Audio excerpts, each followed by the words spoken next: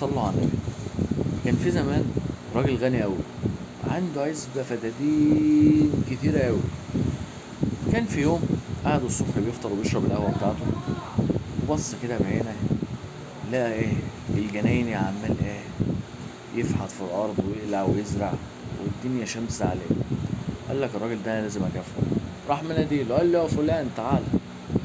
قال له نعم. قال له انا محتاج ان انا اكافئك على شغلك معايا المدة دي كلها، فانا هكافئك مكافأة كويسة. قال له ايه هي؟ قال له كل ما هتمشي خطوة انا هملكك الخطوة الارض اللي انت مشيت عليها الخطوة دي. يعني انت مش كل ما تمشي خطوة اتنين تلاتة، كل ما تمشي وانت ماشي الارض اللي مشيت عليها دي انا هملكها لك. قال له بجد؟ قال له اه والله. قال له طيب يلا وريني هتمشي قد ايه، وكل اللي هتمشي عليه انا هملكه لك. المهم الراجل الجنين قاعد يمشي يمشي يمشي يمشي ويجري ويمشي ويجري ويمشي مسافة طويلة، ويمشي ويمشي ويمشي. ساعة اتنين تلاتة فضل ماشي، وراح تعب وراح واقف. راح بص وراه لا اللي هو قطع مسافة طويلة. الظهر قال لك ايه؟ لا لا، اما امشي حتة كمان. فضل يمشي يمشي يمشي يمشي يمشي مشي حتة برضه قدها مرتين تلاتة. راح بص وراه قال ايه ده كل ده؟ لا لسه همشي كمان كمان. قاعد يمشي يمشي يمشي، وهو في نص المشي بتاعه راح ميت. راح ايه؟ راح ميت. ولا ملك بالارض اللي هو مشاها دي كلها ولا حاجه.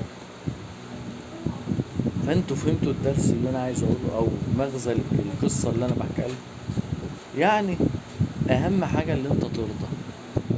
يعني هو الراجل شوف مشي مسافه طويله، وقف خلاص انت تعبت، بص وراه مسافه طويله، قول الحمد لله ده رزقك حلو، لا قدرتك خلاص كفايه الحمد لله. لا مرضاش، فضل يمشي يمشي يمشي. طمع.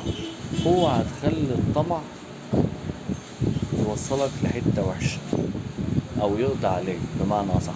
دي الفايده بتاعت القصه اللي انا عايز اقولها لك. اوعى تخلي الطمع يقضي عليك، ودايما ارضى باللي ربنا رزقك بيه، وارضى باللي ربنا قسمه ليك الحمد لله على اي حاجه.